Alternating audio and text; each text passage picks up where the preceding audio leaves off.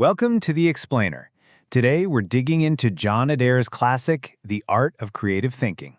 Now, what if I told you creativity isn't some kind of magical gift, but actually a skill, something you can practice and get better at? We're going to tear that myth apart and give you a real, practical process for finding your next great idea. All right, so let's kick things off with a feeling I am pretty sure you'll recognize. Oh, you know the feeling, right? You're staring at that blank page, that blinking cursor, and your mind is just, well, a total blank. It is so easy to fall into that trap of thinking, oh, creativity is for the chosen few, the artists, the inventors, not me. But what if that's just completely the wrong way to look at it? Well, that's where John Adair comes in with a totally new perspective.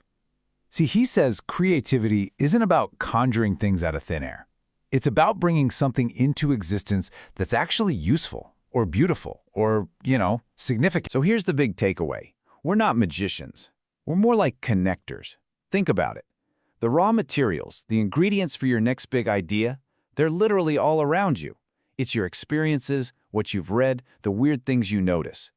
The real genius, the art of it all, is spotting the connections that no one else sees and then mashing those things together to create something brand new and valuable. Okay, so if we're connectors, how do we actually get good at making these connections?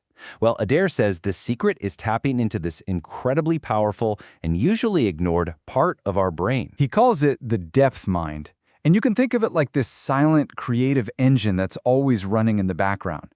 It's constantly chewing on problems, linking ideas. Yeah, even when you're asleep or stuck in traffic. And here's the thing. Once you learn how to actually use it, it's a total game changer for how you approach problems. And this is where it gets really interesting, right? Our brains are basically working on two different levels. You've got your conscious mind, that's the logical, analytical part, the rule follower. It's all about spreadsheets and pros and cons lists. But then, you've got the deep time mind. And that is the rule breaker. It's the wild one. It makes these crazy intuitive jumps, it lets ideas slowly marinate, and it connects totally random things that your logical brain would just dismiss as nonsense. The novelist C.S. Forester had this awesome way of describing it. He said, an idea is like a piece of wood that sinks down into his subconscious, and it just sits there. But later on, when he fishes it back out, he finds it's covered in all this new stuff, like barnacles growing on the timber. I mean, that's a perfect picture, isn't it? That's your depth mind, just patiently doing its thing under the surface. Okay, so if this depth mind is our super powerful creative engine, what's the fuel? I mean, what do we feed it to get it to do its best work? Adair lays out 4 habits. They're simple, but they are so powerful. First, keep your eyes open. And I mean really observe. Don't just glance at things. Second, listen for ideas. Don't just hear the noise, listen for the little nuggets of potential hidden in conversations. Third, read to generate ideas. So you're not just reading for facts, you're reading to spark something new. And finally, and this one is maybe the most important tool you have. That last one, keeping a notebook, it's so critical that Adair actually has a whole system for it. He says it's way more than just a diary, it's a creative weapon. The process is pretty easy. Just jot down anything and everything, totally freeform. No system. Trust your gut. If it sparks something, write it down. You end up building this wild collection of totally unrelated stuff.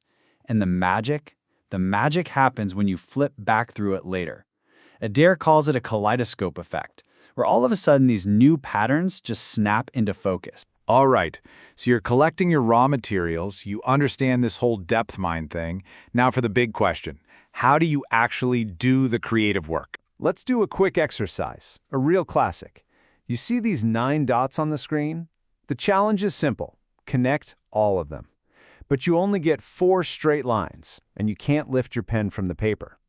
Go on, give it a shot in your head. It's trickier than it seems, right? So the solution is just a brilliant metaphor for what we're talking about. The only way to do it is to draw your lines outside the box that the dots seem to make. See? The limitation isn't in the puzzle itself. It was never there. The limitation was in our own heads. And that's the key. We have to learn to question and even break those invisible rules we set for ourselves. And this brings us to this huge paradox at the heart of creativity. On the one hand, You can't just sit around and wait for inspiration to strike like a bolt of lightning. You know, like Edison said, it's 99% sweat. You've got to do the hard work, the research, the grind. But, and this is the tricky part, on the other hand, you also have to learn to let go. You have to trust the process, to step back, to drift, wait, and obey, as the saying goes. You have to give your depth mind the room it needs to do its job. It's this constant dance between pushing hard and letting go. But look, this isn't just about finishing a project at work or coming up with a marketing slogan. Adair's biggest point, and maybe his most powerful one, is that this is a blueprint for your life. Creative thinking is a whole way of being. There's this quote from a weaver, Theo Mormon, that just nails it. She said, "You have to set your sights high, and you have to stand for yourself. You can't just be looking at what everyone else wants. You are the author of your own story. You're the inventor, the artist, and all these same rules apply. Gathering your materials, making those surprising connections, trusting the process, and staying true to yourself, all of it applies to how you build your own life." So, if there's one thing to take away from all this, it's that your life is an unfinished masterpiece. It's not a script that's already been written. You have all the tools you need to be creative in every part of it. So the real question, the one we're left with, is a big one. If you start seeing your life as this grand creative project, what new connections are you going to make? And what are you going to write on that next blank page?